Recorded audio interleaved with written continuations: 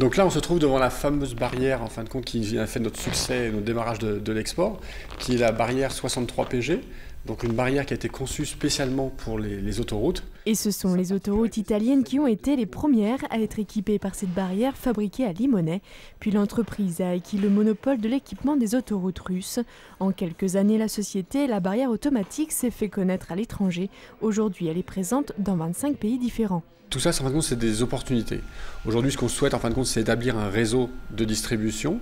Donc, on s'est structuré et on continue à se structurer, en fin de compte, pour attaquer ces produits-là avec la mise en place de partenaires. Et là, effectivement, pouvoir vendre l'ensemble de la gamme dans ces pays et non plus faire aujourd'hui des coûts. Actuellement, ces opportunités représentent 10% du chiffre d'affaires de l'entreprise. Mais avec la mise en place de sa stratégie d'export dans les mois à venir, elle espère d'ici 5 ans exporter la moitié de sa production à l'étranger. L'export est très importante, mais surtout est un challenge, on ne va pas dire vital, mais en fin de compte une ambition. Une ambition d'une société française qui a une belle réussite depuis une trentaine d'années et qui a besoin de s'exporter, de passer à l'international, de créer un réseau. Leader sur le marché national, l'entreprise veut se faire une place de choix sur le marché mondial. Un défi pour cette société lyonnaise de 80 salariés.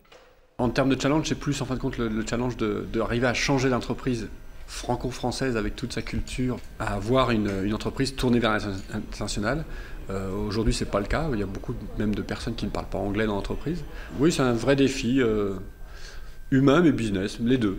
Alors, je ne sais pas lequel est en premier. Est-ce que c'est humain ou business? Moi, j'ai tendance à dire l'humain est important là-dedans, donc j'aimerais bien que tout le monde y trouve un bénéfice et que tout le monde soit fier que cette petite entreprise lyonnaise arrive à vendre à l'export.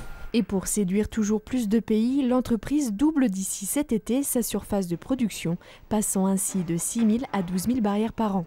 Beaucoup de gens ont fait l'inverse, on commence à vendre l'export et après ils se posent la question de mettre en place l'outil de production.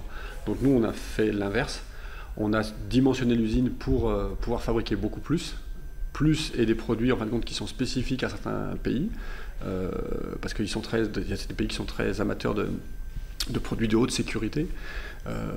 Donc là c'est pas des barrières mais c'est des roadblockers, donc des objets en fait, qui sortent du sol pour bloquer les camions et les voitures et donc ça demande de l'espace. Des produits qui seront par exemple destinés au Moyen-Orient.